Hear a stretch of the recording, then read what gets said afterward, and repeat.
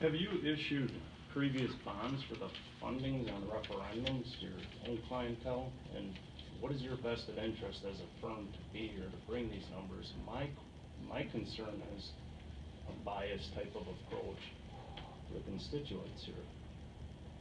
So what? I'm not sure I get your question. You got a referendum that goes forward to raise an additional, let's use a whole number, $20 million. Your firm then competes, or do you sell a portion to your clientele on that funding? Yeah, so typically, right, we that's what Baird does, is we help underwrite bonds, so we. So what percentage, if a referendum passes for $20 million, who decides? The school board? School board, That yeah. you would then be the sole proprietor of issuing those bonds, or is it on a competitive market, or other institutions, financial, Sure. can issue them as well? Yeah, so the school district, the school board decides who they want to work with for the financing, and we put together the package and then put them out for investors who are competing for purchasing the bonds. Are you paid to put this information together?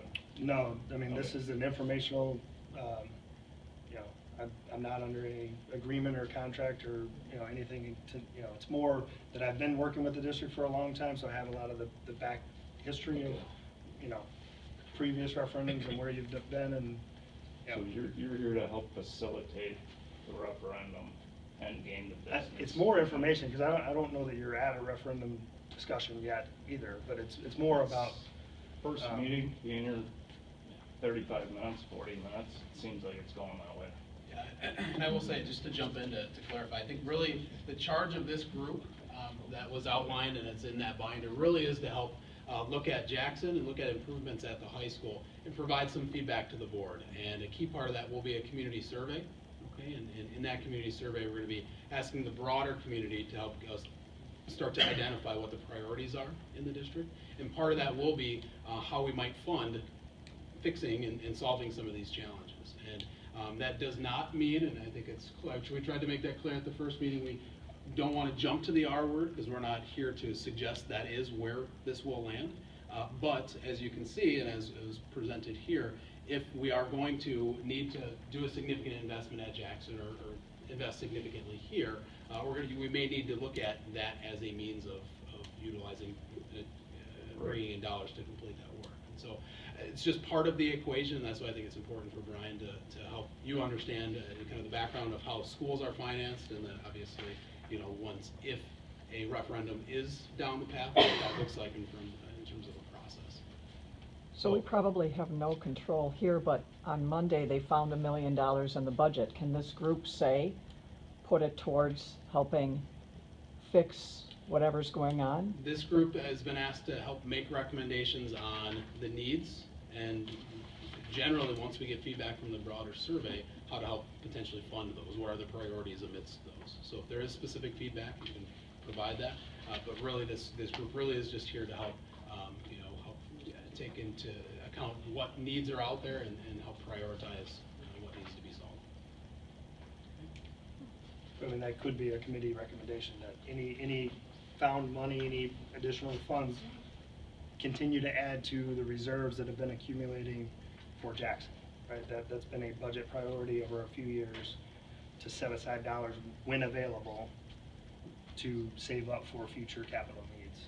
So, I mean, that would be something that this group could recommend. So I'll move a little bit faster on some of this. So this is the property value trend. We just, as of October 1st, got the 2017 property values within the school district, and it went up 6.1%.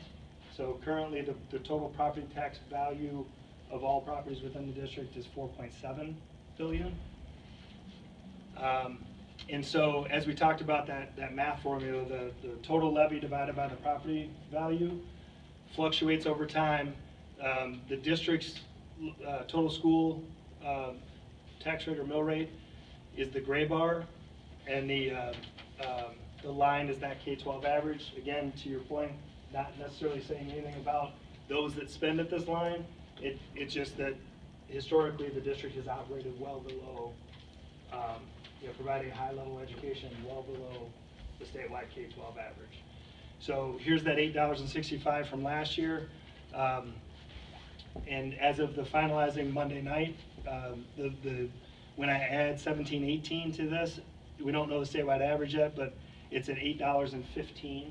So it dropped about 50 cents. And some of that is because of the 6% growth in the property values. So Holding where, the line on the tax levy and increasing the size of the property value. So if the city were to go through and reassess, would that affect the numbers? Well, And when is the last time the city reassessed? they reassess in 2018, so they would start reassessing next year. so the school levies, because the school district crosses multiple municipal borders, the tax rates we talk about are on equalized value, so your fair market value, so you have both on your tax bill. So it gets a portion to each municipality based on the fair market value. And then where the assessment comes in is, for instance, the city, of the taxpayers within the city, the district is collecting the fair market value portion, but, you know, neighbor to neighbor, depending on where you are and when you bought your house and when it was last reassessed, they're shifting back and forth within that. So the assessment in and of itself doesn't change the school district's mill rate. It changes the local assessed rate, you know, within each municipal jurisdiction. So city, towns, villages. If everybody's assessment goes up, they're paying more taxes. Yeah, I mean, generally there's gonna be winners and losers depending on where your assessment value is relative to your fair Well, I market think the value. way the market is right now, I think everybody's gaining in terms of their, assessed property. And that's part, We're not in a sound economy where everybody's assessments are fault.